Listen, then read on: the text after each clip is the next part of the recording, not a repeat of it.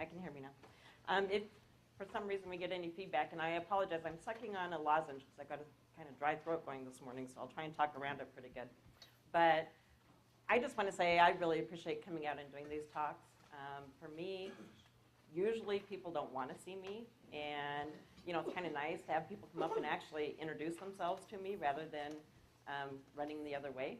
So for me, these kinds of things are fun, and I hope that you guys get something out of it as well. Basically, what I'd like to talk about today is I am going to kind of talk through some cases that we've had. I know that the title of this was Who's in Trouble Now? I'm not going to name names. I'm not. Yeah. All these cases are public record, but I'm not here to try and embarrass anybody. I'm here to try and just make sure, first off, hopefully, some of this might be entertaining, but more than anything, I'm hoping that it'll raise an awareness of different things that have gone on. Perhaps there may be something that you hear today that kind of clicks with and you go, okay, I'll be a little more careful on that, and kind of move through it. But do interrupt me at any time if you have questions. If you're like me, if you don't do it at the time, you're going to forget about it and not ask it later. And I don't like to just stand up here and just talk. We have some chairs up here in the front. Isn't this nice? Standing room. Wow. Okay. So let me ask, how many of you have gone to one of the do's and don'ts presentations that we've done various places around the state? Quite a few? Let me ask, was that helpful? Did you find anything out of that you took back? Always. Okay. Always something? Okay. Looking to come up with a new presentation moving forward. We were talking about it, so if you have suggestions on something you'd like to hear about, you might let Jenny know or myself know, and we'll try and in the next, for the next year coming up, do some new things. So please keep that in mind. All right. So how many, so I kind of know who I have here. How many are brokers? Well, okay, just a broker. How's that? Okay, how about principal brokers? Okay. Any licensed property managers? Okay, couple. I'll tell you, I'm sorry, I didn't bring any property management cases with me because I wasn't sure how many people here. Usually I have kind of a smaller group of who actually does property management, but we've had some good ones going on. You've heard of that, huh? Okay, so part of,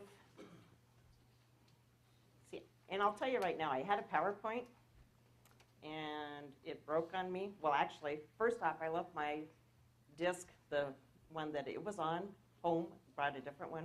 So I was trying last night to recreate it, bombed horribly, so we're going off my handwritten notes here, so I apologize. All right. The cases that we're talking about today, what the agency has as far as what we can do for a case, obviously we can close it, no action if there's no violations. We can issue an educational letter of advice. That's if we see something that has occurred, probably is a violation, but it doesn't rise to the level that we're actually going to do an administrative action against someone's license. When we get into administrative actions, we're talking about reprimands. What that is that's just a formal notation on someone's licensing record that these violations occurred and they've been reprimanded. It doesn't stop them from continuing on, well, hopefully it stops them from violating the law, but it doesn't stop their practice from moving on. A suspension, and that can be of varying lengths. Typically, we don't do any suspensions over 6 months or a year, simply because we figure by then we've pretty much put them out of business, and if it was that serious, we probably should just do a revocation. And that's where the license is taken away and they can no longer practice at all. We don't have civil penalties for licensees, except for in a couple cases, and I'm not going to be talking about civil penalties today, but just so you're aware, if somebody's license has expired and they continue working without renewing that license, then that becomes a civil penalty. And the only way we can do a civil penalty on an active licensee is if they do property management activity and the agency requests records from them, typically having to do with financial records, and they don't give it to us within a specified time frame. It's usually like 5 days if it's something that's egregious. For instance, if we get a report of missing money, we need those records right away. And so if they do not meet our deadline to give us those records, it's $1,000 a day civil penalty with a cap of $10,000. So it's a great incentive for them to give us the records when we need to look at it. Any questions so far? Yes?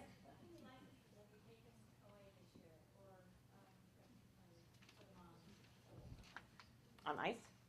How many licensees have we put on ice this year?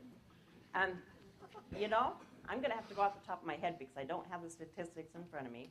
But as far as revocations, we are seeing more recently than I think we have since I've been regulations manager. Within the last year, we've probably had 5 to 10 that have actually had their licenses revoked. And typically we don't have that many. So, okay. One other thing I want to talk about, and you're going to hear it in at least one of these cases, is the things that I just discussed, the reprimand, suspension, revocation. Those are things that the agency can order in the end. Whether it's you agree with us if you happen to be the respondent, or we go through a hearing or a default process, those are the things that the agency has the authority to impose in our statutes. However, you're going to hear about, like I said, at least one case where because through the settlement process, when I sit down and meet with the licensee and we talk about their violations that we have identified, we talk about the law if they have questions on that, and sometimes we'll come up with creative administrative actions. For instance, it could be that rather than doing a suspension for a period of time, we may do a reprimand and require with their agreement that they're going to go take XYZ class. Because our hope is that by doing that, it's going to give them the education so this doesn't occur again, those kind of issues. It solves the problem for us, and it still is something that goes on their record. Where if we just issue the suspension, maybe they're not going to learn as much or take it away. I can't do that if it goes through a hearings process. I can only do it if the licensee agrees and if we can identify a class that is actually going to be beneficial for them. What we do in those cases is we would say, okay, you're reprimanded, you need to take this class within whatever time period, and then provide us documentation you've done that. If they don't do that, then the suspension automatically goes into place. So it gives us another tool sometimes that we can do to work with people. Questions on that? Okay. You guys just want the good stuff. How many of you read the Orange A? Okay. And is my section the one you go to first to see who's in trouble? You know, it's nice being popular in that fashion, but, and I have to laugh when I come out and do these presentations, and for me, these are a lot of fun. Yes, it feels awfully awkward to have all of you sitting out there staring at me while I'm up here talking, but I really enjoy it. But I'll have people that'll come up, and you guys have your name tags on, and they'll come up and talk to me, and they're like this. Not covering the microphone, but, and I've had somebody carry on a long conversation with me once at a presentation, and the entire time they're like this. It couldn't have been comfortable, I'm sure, but they did, and I'm not taking names. I'm not writing anything down as far as that goes. I was talking to someone last night. I'm going to pick on you, Tommy. And I said, we were talking and everything else, and then I said, and I'll see you later, and his eyes got big. He's like, no, not that way. So I understand when people see me and they go the other direction. All right, so let's get into some fun stuff here. The first one I want to talk about, and I need to get this so I can even read my handwriting. The complaint we got in had to do with a buyer who was extremely upset because she had lost her earnest money. And she was reporting to us that she felt the broker that represented her was the one responsible for this. So let me kind of talk you through what happened in this case. This was a bank-owned property that was up for sale. And it was back in, and I'm actually going to give you dates because this kind of plays into it. So July 16th of 2010, she makes an offer on this property.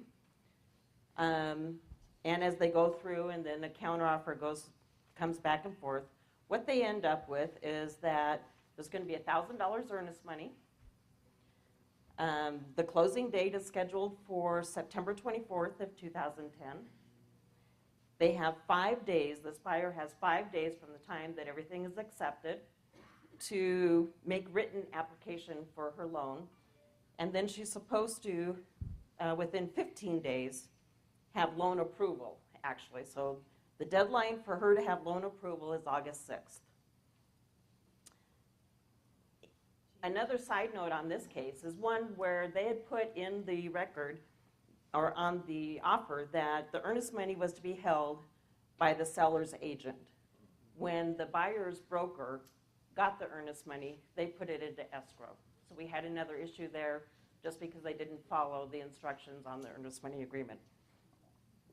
So they're going through, and as you can guess, with bank-owned properties, these are very fast transactions. They happen overnight, right? Okay. All right, so and she's trying to get her loan approval going. And so they're reaching up onto their deadline of August 6th, where she's supposed to have her approval. She hasn't gotten it yet. She has some financing issues going on. And so her broker then writes an extension. Perfect thing to do. That gets signed all the way around on August 5th. So it's done before their deadline for the loan approval. They've now extended it, I need longer arms, out to August 24th. So now she has some more time to try and get her loan approved. Going along, she's still having issues getting her loan approved. Another extension is signed then on August 23rd, now extending it out to September 5th. Good so far? Okay. So, and they're being told and she was going through a private lending party, that funding was just going to be imminent. It was coming anytime. So they keep extending out. So right now they're at the deadline of September 8th. On September 8th, the emails, you can imagine, are just flying back and forth between everyone as far as what to do. The buyer is sending instructions to the buyer's broker saying, hey, I'm just thinking this isn't going to work. We should terminate this and get my earnest money back. Would you write the termination for me? The emails are still continuing to go back and forth. And the broker says, well, perhaps we should give it a couple more days and see if you get, I'm seeing faces going, ooh. And just see if we can't get something put together there. So what happens is the broker actually does prepare a termination and an addendum to extend. Gets the buyer's signature on both. On the termination, it doesn't have a date on it because they're going to wait and see. They just want it ready. He already has it in hand to be able to turn it in if need be. And so they're moving forward. But the broker was embarrassed and didn't want to, what he actually told us was he didn't want to wear out his welcome with the bank as far as contacting them and getting another extension on this. The broker also thought that they were still within contract because the closing date hadn't been reached yet. Are they? If they go past the date for when they need to have loan approval? So, and I'm not going to say one way or the other because I can't get into contract law, but they obviously have an issue about trying to get their earnest money back. So they go past the date of September 8th of when they're supposed to have had loan approval. They don't have loan approval. They have not extended the date for that. They have not terminated the transaction. Continues on, and again, their close date is supposed to be September 24th. Continues on, they finally decide, it's just not going to work to get this funding together. And so then on September 15th, another addendum is done to terminate and to release the earnest money back to the buyer. Unfortunately, the bank in this property said no. Yeah, we'll terminate the transaction, but we're not giving the earnest money back because you didn't follow the contract. You didn't have the loan approval to us by the deadline that you were supposed to. You didn't get that extended. We're not going to give the earnest money back. So certainly some harm to the buyer in this, because she had done everything she should have to get things to her broker and to say, I want to terminate and get done. In the end, what actually happened in this transaction is the bank finally said, okay, we'll split it 50-50, and gave the buyer back $500, and they kept $500. So she got part of that money back. So what do you think we should do in this case? When did she sign the termination agreement? She had signed it on September 8th, no date on it, and it had not been sent to the seller. So, and then when they actually did terminate, it was September 15th.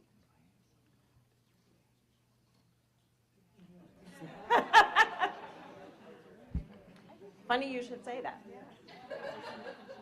So in this case, we had put it out as a suspension to the broker because there was financial harm that occurred to the buyer. And he came in and talked with me. Sorry, drooling up here. Stupid things that you say. Why would I admit that to everybody? All right. Now you're going to watch me turn red. It starts here and it just goes zoom. Okay. What we agreed to in this case when he came in and met with me is he said, I need you to know I've paid her the other $500. And he brought me a copy of the check. We were able to confirm that with the buyer, that he had made her whole.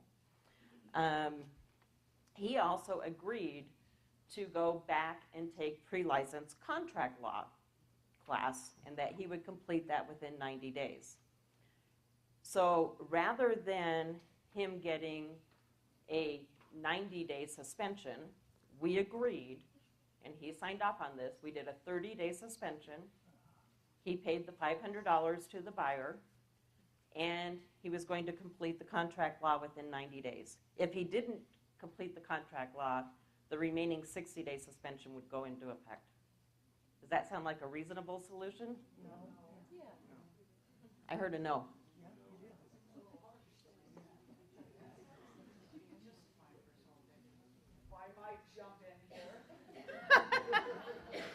So a lot of other people are saying yes.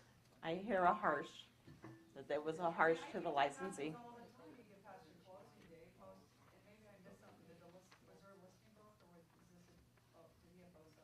He had both sides. Did that change the story?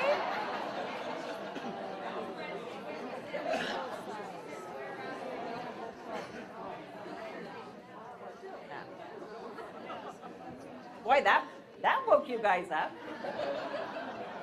All right. Okay. So, with me so far, any questions on that one before I go to another one? This is kind of like show and tell. Oh, here they go.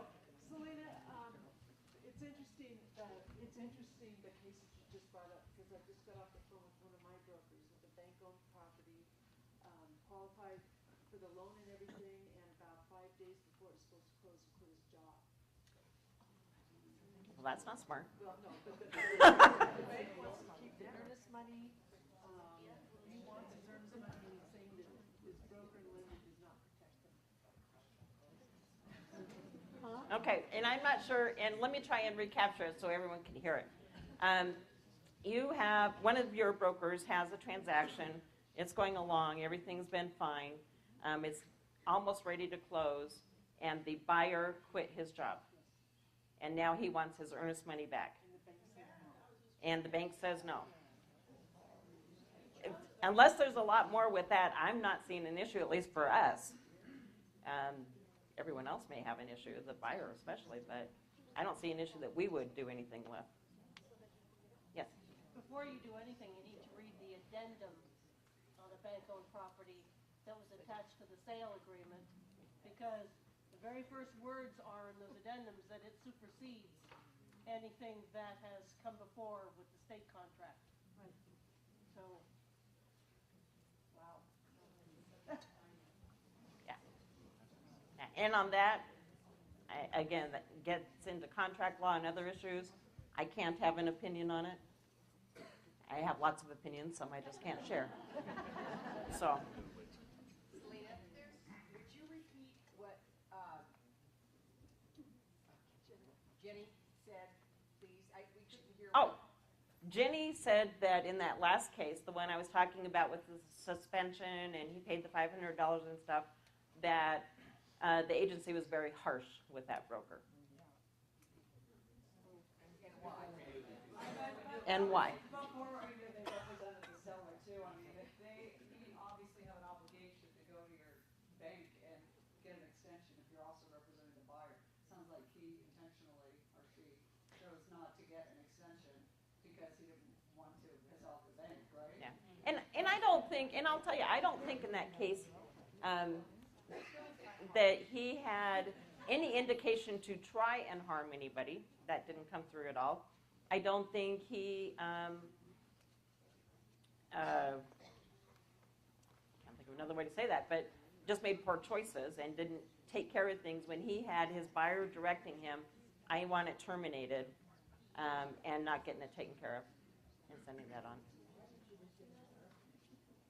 Why didn't I just give him a reprimand? Well, there was no revocation. First off, the comment was, why didn't I do a reprimand?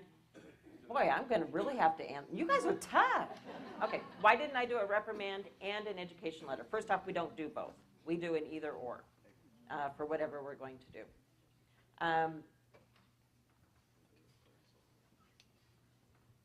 Why didn't I do a reprimand?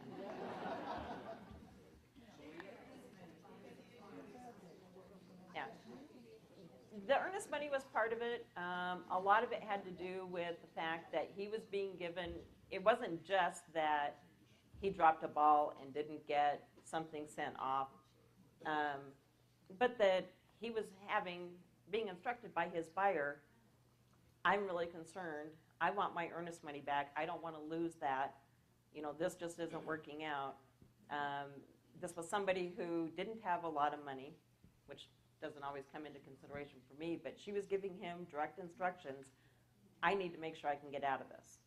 So she made sure, even if we're going to try and still save this transaction, she made sure that he had both a termination and an extension, that something needed to happen that day, and he didn't do it.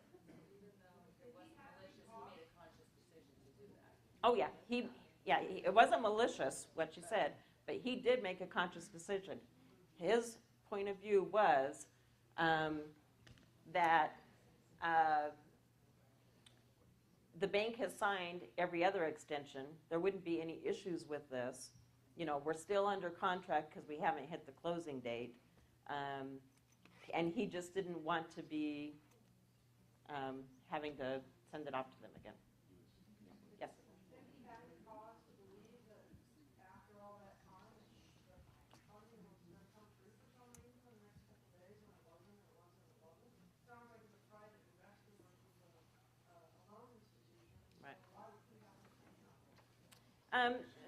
I think they all were under the impression that funding was going to be imminent, that it was just, it was just right around the corner kind of thing. So. Selena, would you please repeat the statement that somebody Sure, made? I'm sorry.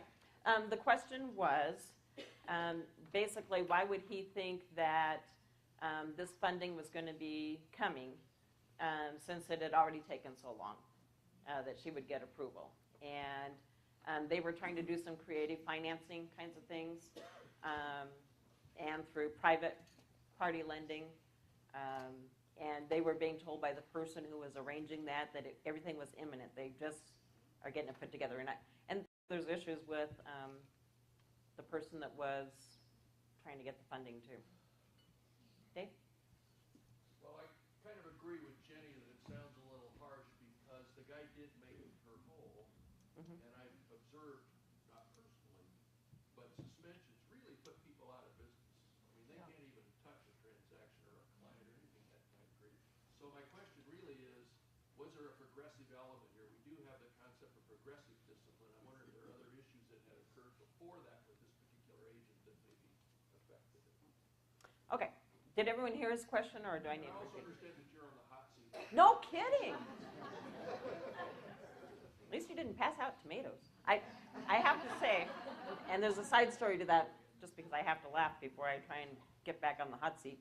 When I did a talk for the Construction Contractors Board when I worked for them down in Coos Bay, and it was one that we knew going in was going to be, they were very upset with some things that had gone on, and so I was sent to go talk to them. And they all started showing up, or not all, about 5 people showed up with bags of tomatoes. And I was starting to kind of sweat it. Well, they were just bringing them from their garden to trade with other people, but talk about being a little unsettled when you walk in the room. So, did you have a comment first? I have a comment on this because this is an inherent danger in disclosed dual agency. If you are representing both sides and you get explicit instructions from one side, don't follow those. With the comment that I don't want to wear out my welcome to my other client, and I'm sorry, Huge. your judgment was not harsh as far as I'm concerned. Why they didn't get a reprimand. And Dave, you brought up progressive discipline. And we do have a requirement that if we're going to do a suspension or a revocation, it states in statute we must have one of several things. One of them would be dishonest or fraud. Okay, we didn't have that in this case. One of them would be that we've taken actions against this person before, and so now we're progressing up. We didn't have I don't recall major issues with this person before. We do have some people that are frequent flyers with us, but he wasn't. The third one is incompetence. That is such a broad term, and so we try and keep that finite a little bit, as in gross incompetence, I guess, if we're going to actually go to a suspension or revocation. And the last one is that there was harm done. In this case, I did feel that it was incompetent for what he did. He had direct instructions, and that there was harm done, even though he made it whole. It shouldn't have occurred in the first place. Selena, is So- it fair to say that anytime you see a licensee put their interest before their clients, it will result in something more significant than a reprimand? Which I think is what happened in this case. What Jenny's saying is if anytime a licensee puts their interests ahead of or before the interests of their clients, will it always result in a reprimand or something more than a reprimand? I don't want to say always, but certainly, it's not going to help their situation. So. Very diplomatic, so yes. You didn't tell me it was going to be like this. Okay. Are we ready to move on? Oh, no. I just have one more question. The part about the earnest money was deposited to the title company as opposed to, it went to, It was supposed to have been gone into the selling or the, let me get it right here. It was supposed to go into their CTA, but it got sent to escrow instead. And a lot of that just had to do with the fact that, first off, they're not following the instructions that are put on the earnest money agreement. And secondly, that once earnest money is in escrow, and if both sides don't sign agreeing what's going to happen to it, it's going to sit in escrow. So it kind of ties it up a little more. So my question actually was, though, did that go into play in the decision-making? I mean, just that even that instruction wasn't followed? Oh, absolutely. That was another violation. That wasn't our major one, but it was another violation. All right. Last one, and then let's move on. I got other good ones. You can beat me up on them, too.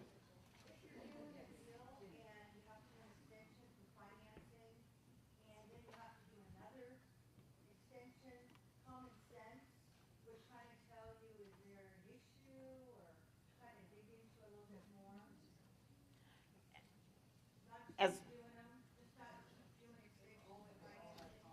yeah. Say that again, Jimmy. The comment is that basically if you're having to continue doing extensions because someone isn't able to get financed, there's probably some issues there and to look at it, and absolutely. But everyone so far had agreed up until that point. Okay, let's move on. I've just got one more question, but Just one more. it doesn't really pertain to this. It does to this, but it's a more general question. Are you seeing a lot of complaints from consumers where the property is an REO or bank-owned property? All right, question is, am I seeing a lot of complaints from consumers about REO properties? We do get a lot of complaints in. Many of those have to do with whether it's REO, short sale, whatever the case is going to be. Just because many times they don't understand really what they're walking into, and they aren't prepared for that. But a lot of their issues are with the banks, and it's not something that we have jurisdiction over. But we do get some. Sure. Okay, moving on. All right. This case has to do with a divorce that's going on. The house needs to be sold. And, of course, the two sellers are in perfect agreement about how this needs to happen. So the husband is the one that is supposed to be selling the house. He's going to pick the broker and get things moving. So he does. He lists the house for $285,000. The broker turns around then and takes that over to the wife to get her signature on the listing as well. And she says, no way. I'm not going to list it for $285,000. I think it should go for $296,000. And so, the broker's trying to convince her to sign and, let's just get this moving, whatever else, and she's refusing. She says no. Now, first off, does he have to have both their signatures on it to list the house? Yes. Okay. Is it a court ordered? I don't recall if it was court ordered or not. So, I don't. You're asking questions I didn't memorize before I got here. Who's living in the house? I think he still is. So, but I don't. I could be off. Yes. Are both parties on the title? Yes. So, anyway, to make a long story short, because I've got more I want to get to here too. The broker finally says okay, and on the listing that the husband has signed for $285,000, crosses out the $285,000, writes $296,000, gets the wife's signature, lists it, and they go on their merry way, does not go back to the husband about the change. Okay?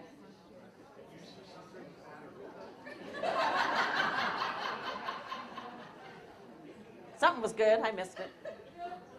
So, in this particular case, and we had no other issues besides that. Everything else went fine. They actually argued, and eventually they did get their house sold. And I can't even remember. I think if I remember correctly, it did go for a higher price than what the husband was asking for. But his whole thing was that the broker, and he complained to us, the broker went and made this change on a document he had signed.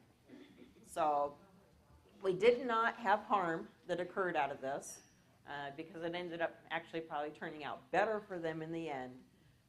But we did do a reprimand in this case, and the broker agreed to that, so it was a stipulated reprimand.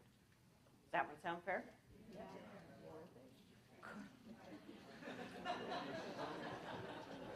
I thought I was going to have to justify all of these. All right. You're okay? All right. Any questions on that one? All right. Let me move on to the next one. This one had to do, we had a complaint from this buyer who said that her agent lied to her that about the repairs that have been done, or the extent of the repairs that have been done that have been requested. She said that the licensee told her everything she had asked for was taken care of, and it wasn't.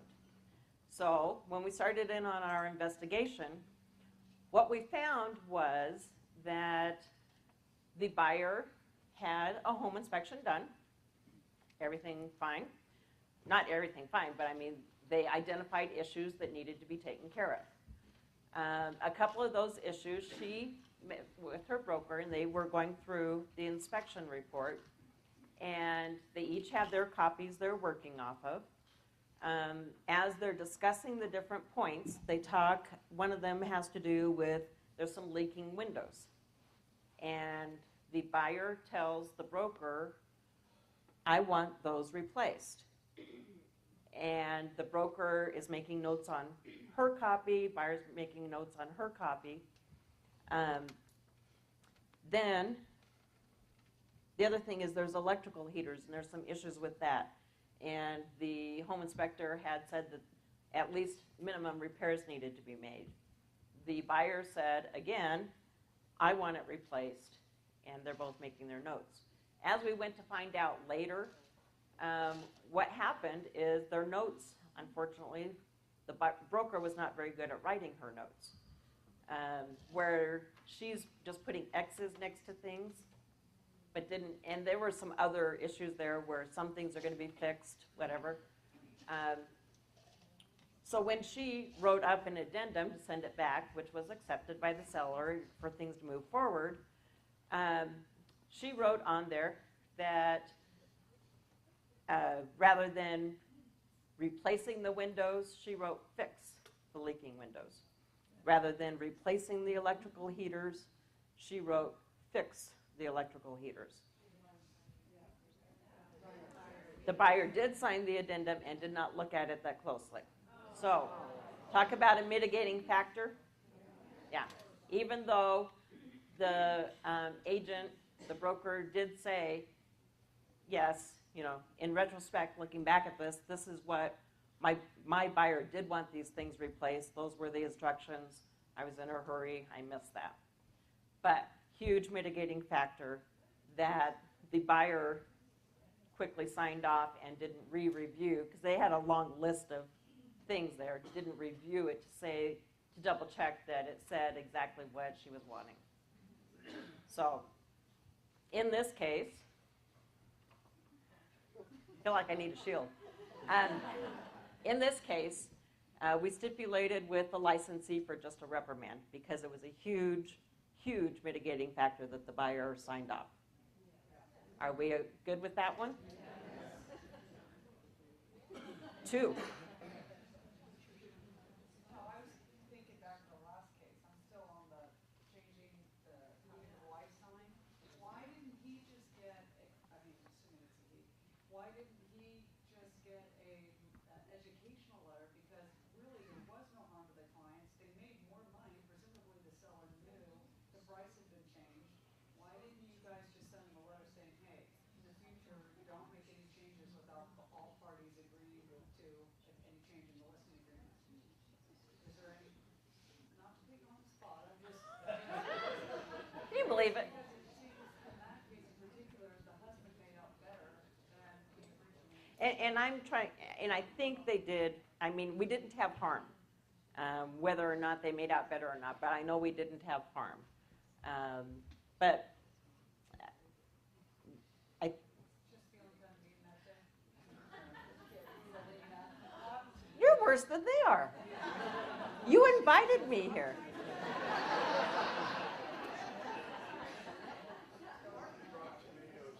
Um, I think the reason why, rather than, and her question is, if you didn't hear everything going on up here, she's asking on the one with the divorce listing, why we did a reprimand rather than just an educational letter since they came out okay in the end.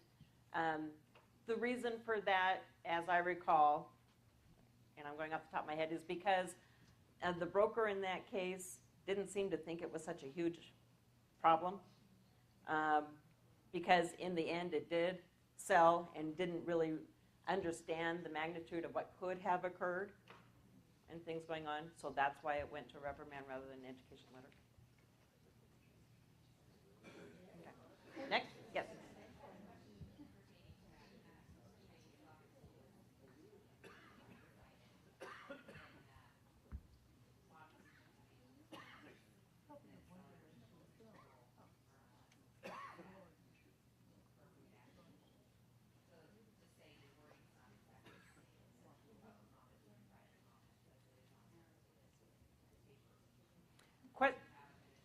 Yeah. Right. And let me restate it so everyone can hear and tell me if I've got it wrong. Basically, when you're getting a listing and you're filling out what's going to go in MLS and you're putting in what the comment part is going to be, and you have your seller initial that is okay and everything is fine, and then when you're actually putting it in, if you change the wording a little bit or something else, is it okay or not?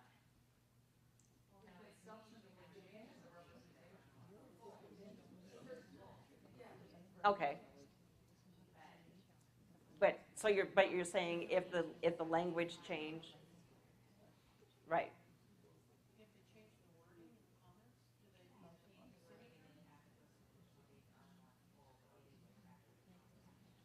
Oh, okay. So you had. Let me try this again. So for the listing agreement, you have them sign it, and there's the language there. And then when you actually go and enter it, you may have changed the wording or whatever else to get it to fit or whatever else it is. You have the seller again initial approving that.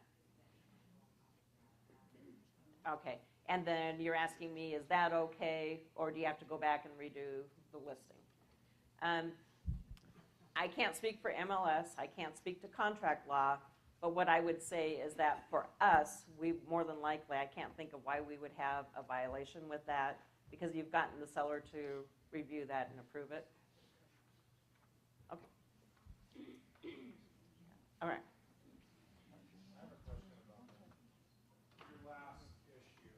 There actually was damage that occurred, and when we're writing out a repair bid, and we're stepping into gray area almost, acting as an attorney, isn't there a recourse for the buyer where they could actually seek civil litigation against the agent in that situation? Comment was that there was damages in the last one where it was the replace versus the fix. And you asked if the buyer would have the ability to go and seek recourse through the civil courts, such as money. I would imagine so. I can't give legal advice on that. They could, but I don't think it'd be very easy to when the buyer signs the judge, and he would be the document. They have a better chance of getting the guy's license. The difference is the buyer actually admitted, or the agent actually admitted fault in not putting in replace and wrote in fix. It was by their admission that they had missed that. So would that go to an arbitrator then, and then they have a? I can't answer that. You're outside of what I have any authority over, so I can just repeat what you're saying, and I can't answer it. Rick? No? Okay. Moving on? All right. This is a tough crowd. All right. So here's one where we had what's been told is a competing offer. And now I'm trying to understand what my notes say, but I'll go off the top of my head off of this one. basically, the listing agent is being told by another broker, I've got a buyer, I'm going to be sending in an offer, and here's kind of what we're thinking of doing. And they were talking a lot about some repairs and those kinds of things. And the listing broker starts telling the buyer's broker that, well, be cautious with that. I've got another offer coming in, another written offer coming in, and you don't want to be too aggressive in asking for the repairs. As it moves along, the second offer that he thought was coming in kind of dwindles off, but he's still kind of playing that part, saying that there's another offer coming in. So in the end, they do send in, the buyer's broker writes an offer, sends it in. They probably might have asked for a little bit more, but maybe not. And the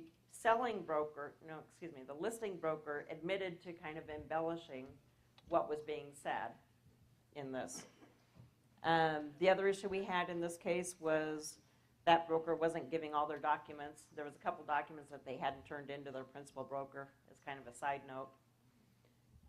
The other thing that I would say in this case, we had a difficult time investigating it, in that the broker on the other side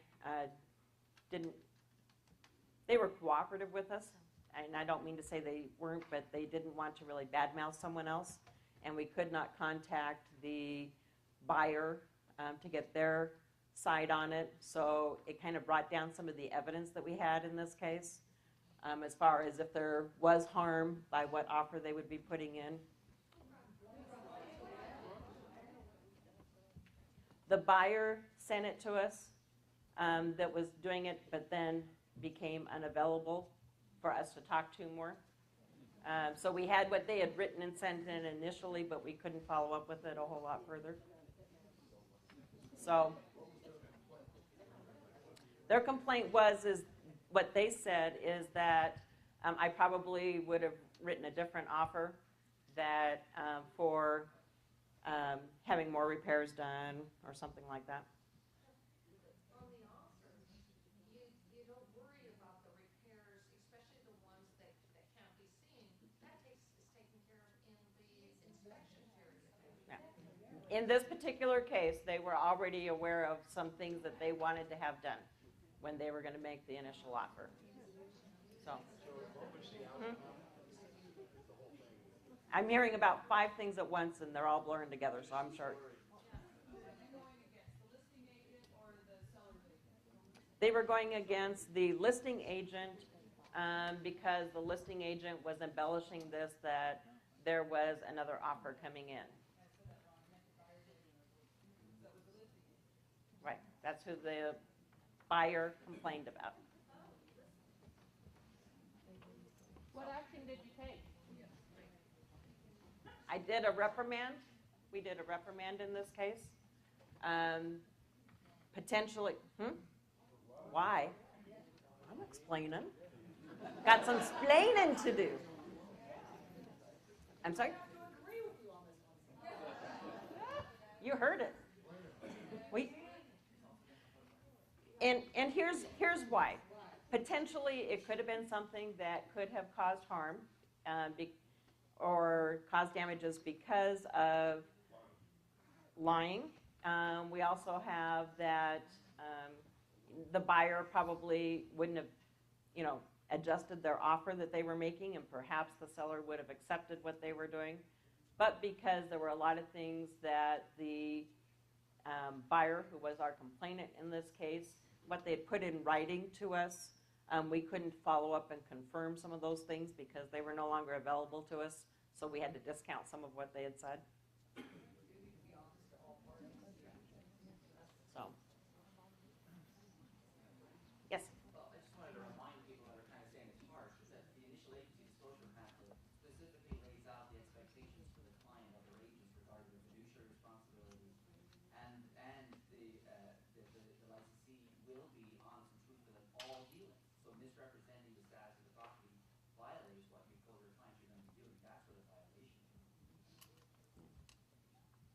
agree. Any questions on that one? So the correct thing to do would have to be to call that agent and just say, I was offered an incentive. Or I actually, to call, I wouldn't have expected them to have. Okay, what she was saying is, what would the correct thing to do have been? Should that agent have called should the listing agent have called the buyer's agent and said, hey, that other offer didn't come in? Our issue is that it wasn't that they didn't correct that, even after it didn't come in and had no reason to believe that it wasn't coming in, he continued to say that. Not just that it didn't come in and he didn't call them and say, oh, by the way, no competition now. He kept that alive. Anything else on that one? Okay. Here's one for you. I talk a lot about square footage, and I've talked about that in do's and don'ts a lot. So here's one. This is a house that in 2009 was listed. How many of you can remember back to a transaction and things you said back and forth in 2009? I can. All right. So, and this is why I always say document everything. All right, so this particular buyer purchased the home in 2010, so it had been on the market for a while, neither here nor there. He purchased the property for $254,999. And on the listing, it had said the square footage was 3,054. To him, that was very important. Now he's the owner of the property. He turns around and in 2012 lists it for sale. He gets an offer of what he's wanting.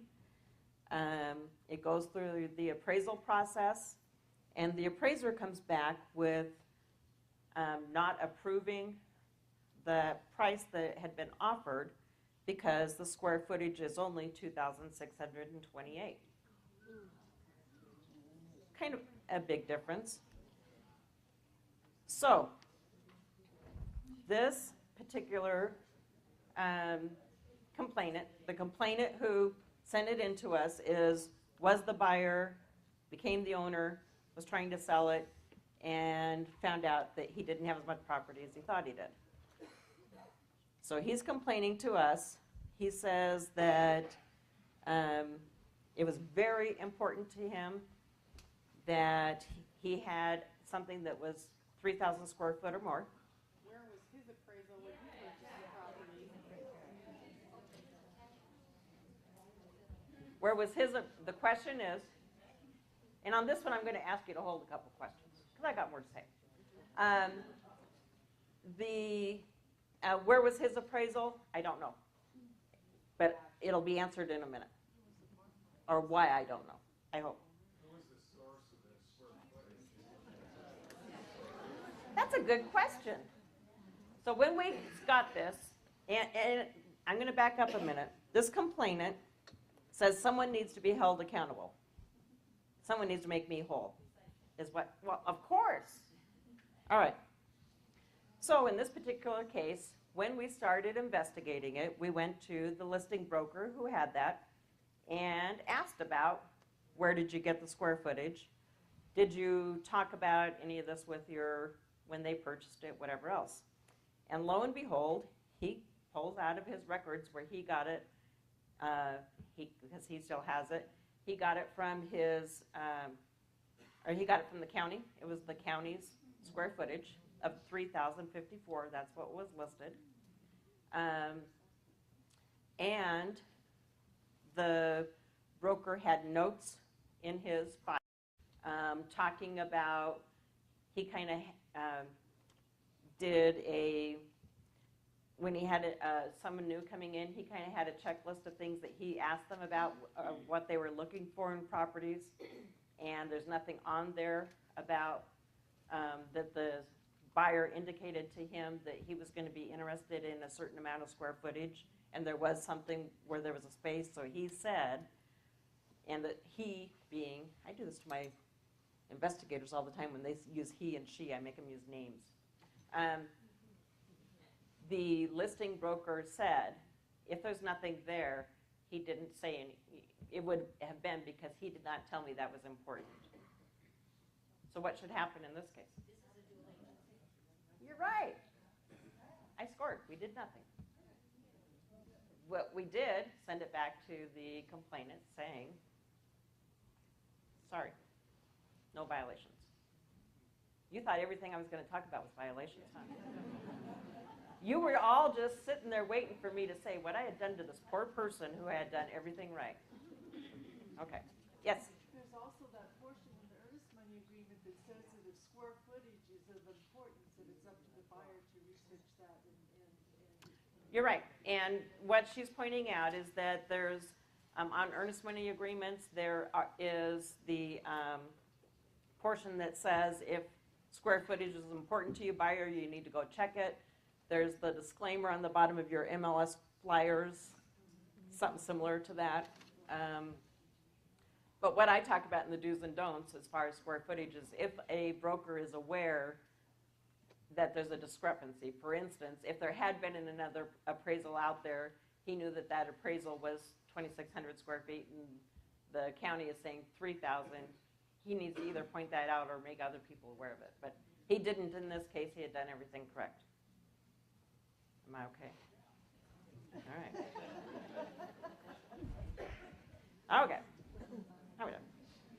Any other questions? I just had to throw one in there where we were actually nice and found out that they didn't do anything wrong. If he had not had those notes that said that when question not been raised by the buyer, would the outcome have been different?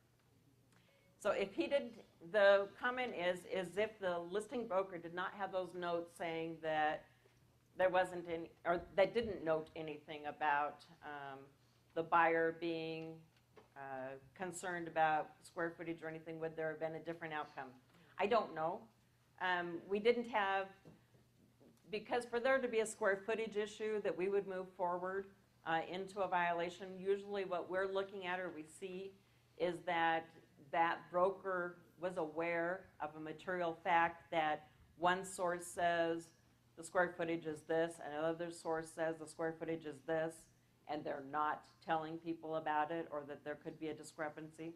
In this particular case, I can't imagine it would have made a difference if he didn't have the notes, simply because he did have the county that had the square footage. Right, and there's language in the earnest money agreement and things too. Any other questions? Okay. Is any of this helpful, or is it just entertaining? Who finds it entertaining? Okay, is it helpful? Okay, all right. I was trying to pick things that I could condense down and hopefully talk about in just a few things, but then you guys ask questions, and I don't have the entire files with me on these. All right, this one, and I hope I didn't condense it down too far, but let me see if we can get through it. In this particular case, it involves a property that's going up for a short sale. There's two lien holders on the property, so two, first and second.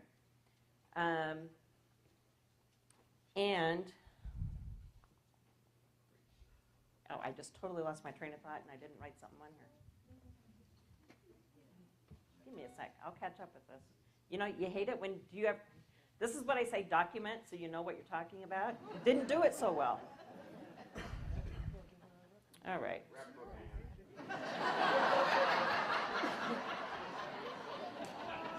Wow!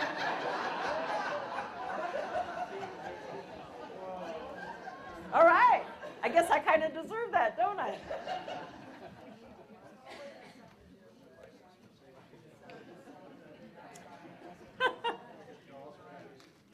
You guys have gotten me totally off track. All right.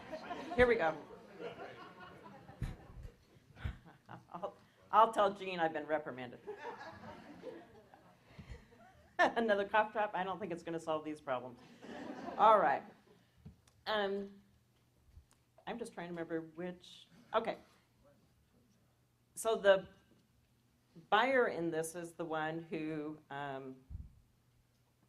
complains to us later. No, I'm really messing this up now. Back up, start over. Short sale, 2 lien holders. An offer comes in August of 2009 for $229,000, and the seller accepts it. And then the negotiations start back and forth with the bank as far as, can we get short sale done? They start talking to the first lien holder, and the first lien holder says, I'm not going to sign off on anything until you get the second lien holder to sign off for no more than this. So things are going on back and forth. The seller in this particular case is not very cooperative, doesn't really communicate. Do you ever have that in short sale situations? The seller just disconnects and is trying to be gone. But this broker is trying to get this process through. The person that, in this case, that we're investigating is the broker representing the seller. Okay? So as they're going through, this seller is kind of, again, like I said, checked out, can't really get a hold of them. These negotiations are going on, and another offer comes in. And so they're trying to deal with that as far as potential backup or other things. Kind of get sideways because this is a better offer than the first offer. There's the issues of sending it to the bank or not. But I'm not going to get into all those, so don't ask me those questions because it's not why I'm bringing this one up. So, okay, I would get into it, but I don't really have much on it. Our issue is, as this moves forward, is the broker is trying to make sure that this first deal goes through, and their seller is half the time nowhere to be found or is up in arms about something, just completely uncooperative. So on this backup offer that comes in, because the first offer has already been accepted, even though it's a lesser offer, the broker signs the seller's name to it. Yes, they did. Oh, I'm not done yet.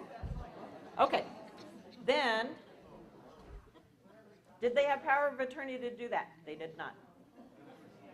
Then they proceed on to, all right, when they sign that backup offer, that's in November. In December, they signed for the seller, they're extremely helpful, signed accepting the second lien holder, what their offer is, what they're willing to accept to settle this.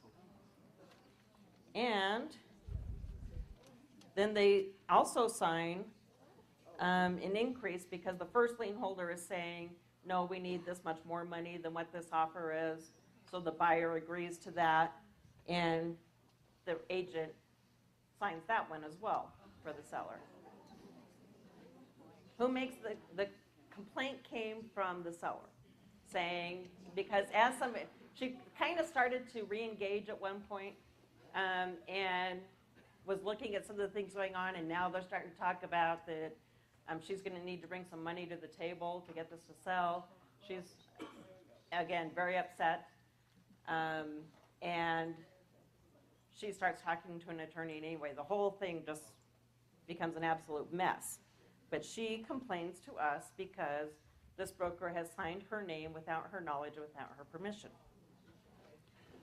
So we talked to the broker to find out why they would do such a thing. And the broker readily admits that, yes, I signed the seller's name. She wasn't around. He was only doing what was best for his client.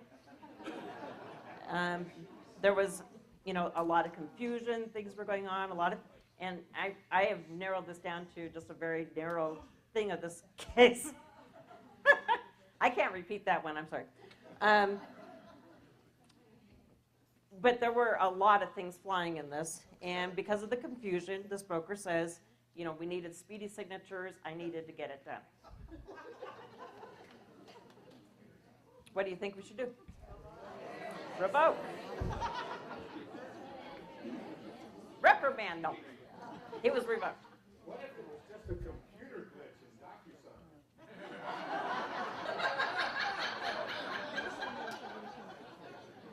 I'm not even going there. In this particular case, something else to kind of note on this is while we're going through this investigation, this particular broker's license expired. And it wasn't during the transaction. They weren't doing it unlicensed, but it was while we were investigating what had gone on previously. Their license expired.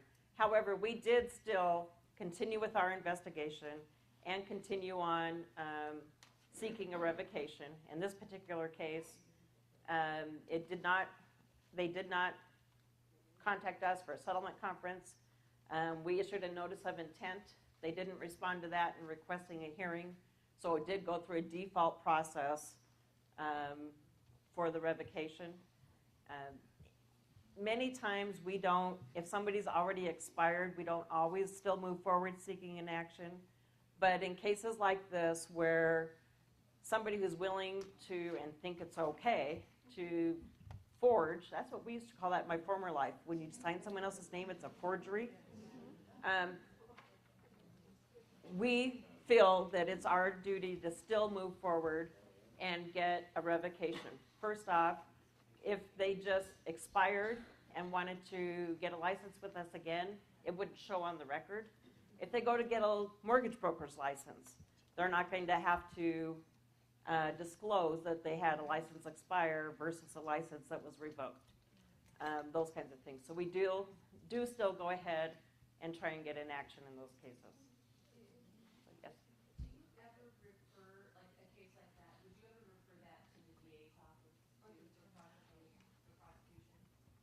Question is cases like this, where obviously it's a criminal act or would appear to be, do we refer it on to the DA's office or local law enforcement for action?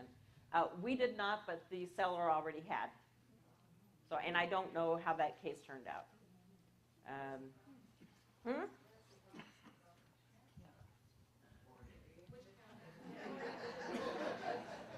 I don't know. Let me look.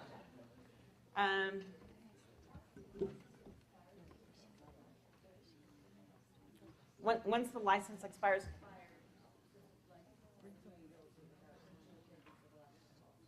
Oh, you mean a civil penalty? He didn't do any activity after he had expired. Our investigation was just going on during that time. And as far as which area, I don't know off the top of my head which area of the state it was. Yes? So if that person goes and tries to get a license in another state, would this follow him? The question is, yeah. The question is would, if this person, this broker that we revoked their license, if they go to another state trying to get a license, would this follow him? All of our actions that we take are entered into what's called the ARELO. That's the Association of Real Estate Licensed Law Officials. They have a database for administrative actions. We enter all of ours in there, and as long as that other state either checks or something, they would see it. I can't guarantee that all states do that. Yes? Do you find that a lot of these are agents that are new, or top producers make these kinds of mistakes?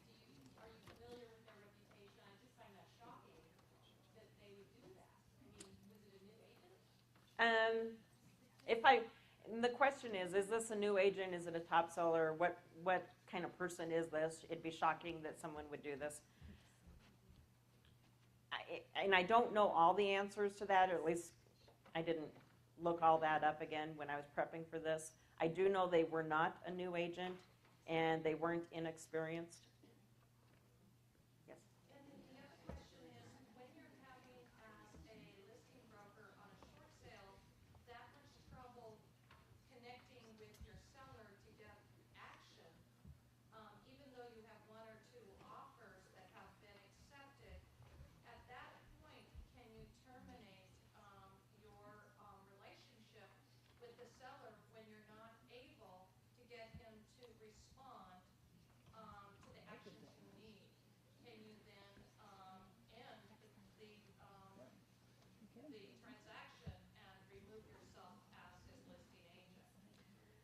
All right, It question. seems like that's the only option for a listing agent, other than to do something as he's done, because you can't get the seller to respond to you. Right. Question is, and I'm going to kind of bring it in, for that, what should that broker have done instead of signing the seller's name when the seller's being uncooperative? Some of the things, one of the things you threw out was possibly terminating the transaction or whatever. Well, first off, I can't give contract advice. I can't give legal advice. So I would think, and if you find yourself in that situation, you need to trot off and go find an attorney real fast. But I'm going to say my piece, and this is my opinion, and it's not the agency's thing. And then I'm going to let Jenny do it. Basically, I would think that if you don't have their signature, it's going to die a natural death at some point anyway. But Yeah, if you're an uncooperative seller, you don't have to work with anyone you don't want. And don't forge a signature. Fire your client. right, But I think the issue is, if you've got a transaction in escrow, which essentially a short sale is, can you terminate your relationship with your client? Absolutely. Yes, you can. and you're going to need to get legal advice on that. That's not for me to say. Don't leave them high and dry. Just forge because- their signature on the termination. There you go. Don't forge it on the sales transactions, just on the termination. Yes. You had said that you did not send this particular That's the witch. I'm the witch. It's okay. My name is Selena. She's giving me a hard time. It's all right. I answer to most anything. Most. It's all right. because I've written to you before, and but That's all right. you had said that you did not send this to the DA's office. Are there cases that you do? And I'm thinking specifically because the issue came up for property management, loss of money in our meeting here years ago. Yes. And the question is that in this last case, I said that we did not send it off to the DA's office. We did not because the seller had already reported it to law enforcement. And we gave them everything we had. So we weren't the ones to report it. The question then went on to when do we kind of report to law enforcement? Anytime that we have something that we feel could be, or appears that it could have a criminal aspect to it, we do report and work with law enforcement. Whether or not they move it forward or not is up to them. So we try and do that. We also will send things to, if it's outside of our jurisdiction, like if we see something with mortgage at the same time, we'll send it to them. We've worked with the FBI on cases, Federal Trade Commission, other places. We will try and send it off to somewhere else. So, how am I doing on time? 5 minutes, okay. I've got one I want to run by you real fast and get your opinion on. Before I bury myself, let me find, I got notes, I made it this morning. That's not it, okay. This is one that, so I'm gonna talk real general terms, because it is an ongoing case, so it's still confidential at this point, but I'm just curious where you guys would kind of land on this. Issue of and the reason why I'm curious is I just had a settlement conference on this week, and it's going to go to hearing, but I want to find out. Issue is a broker leaves, had worked for a company for a long time, is going to leaves that company. It appears that it could be kind of contentious when they leave. They go to another company. And when they left, it was August of 2011. Appears that there's a lot of bickering going on between the former principal broker and this broker. This broker, and it sounds like it's hugely going on. I'm trying to be careful here. This broker then, when she had worked in that office, she did a lot of the computer entries and whatever else, so she knew all the passwords for things. So In December of 2011, she logged into Equator using the password for the former principal broker and changed the profile of that principal broker to where she didn't mean any harm. She was just curious about what was going on. So what it did was she added in that anytime an email from Equator would go to the former principal broker, a copy of that email also went to this broker. Moving on, this feud goes on for a long time. Then in almost a year later now, we're now in October of 2012, something else occurs which offends this broker quite a bit. And again, she's very upset. So she logs into MLS, again using this former principal broker's password, which you'd think after the first time they would have changed passwords. Here's note to self for all of you. Change your passwords, especially if you have a contentious employee that leaves. So October of 2012 goes into MLS, deletes 30 of the former principal broker's CMAs that are stored there. Then her conscience stops her, and I'm trying to speed this up because I want to hear from you guys. Her conscience stops her, realizes that's not a good thing. She signs out. But darn, gets mad again, and in November of 2012, goes in and deletes 150 more CMAs.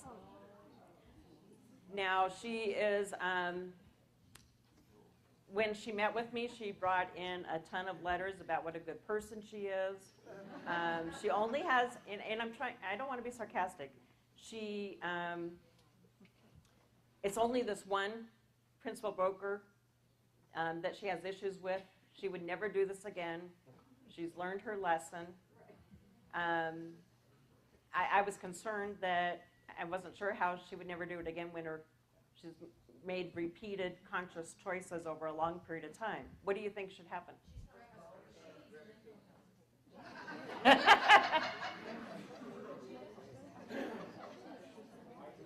I can't order that. How many think she should be reprimanded? How about suspended? How about revoked?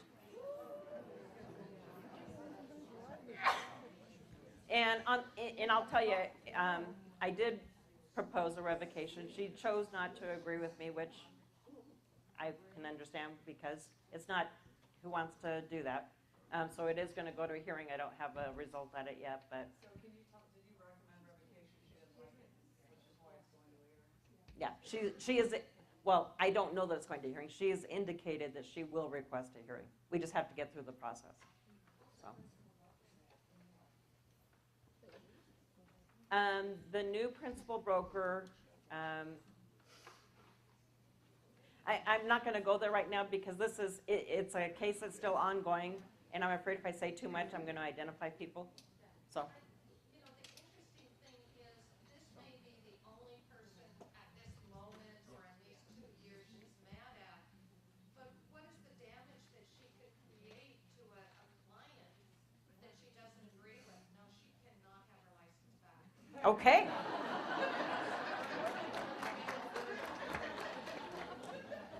Okay. Yes. I'm sorry, Selena, this is unfair. Now, wait a second. It's unfair to ask a room to pass judgment on somebody without the facts. You've given your version of the facts. This is true. You don't have her version of the facts. This is true.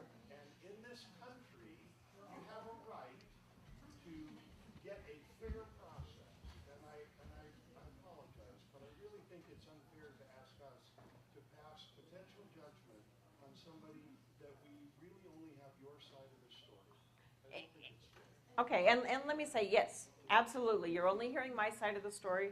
Hopefully, I was very cautious so no one knows who I'm talking about.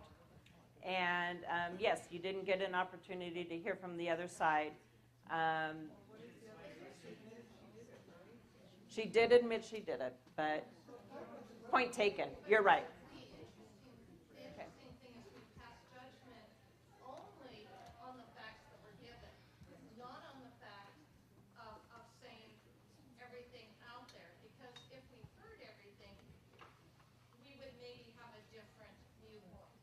Could very well be. It was just on the facts as they were given. So. I don't know. So, one more, Dave? Well, I'm just curious, and maybe you can't comfortably answer this question. If this particular person or any person finding himself in this position now hires a lawyer who is really well versed in the workings of the agency, how does that affect their, it seems like that sometimes is a successful strategy. Can you care to comment on that? So this broker who can get a Any broker who right. finds himself in deep doo-doo, and now they hire a lawyer who's really quite good at what he or she does, what's your comment about how that affects the outcome? Or can you comment on that? You know, in a lot of ways, I really can't. Everyone has the right to have an attorney represent them, and if going through the process with that changes the outcome of the case, I may have personal feelings one way or the other, but it's the system, and everyone has that right. So, anyway, I know we're hitting up the end. I want to thank you guys. You've been a very attentive audience.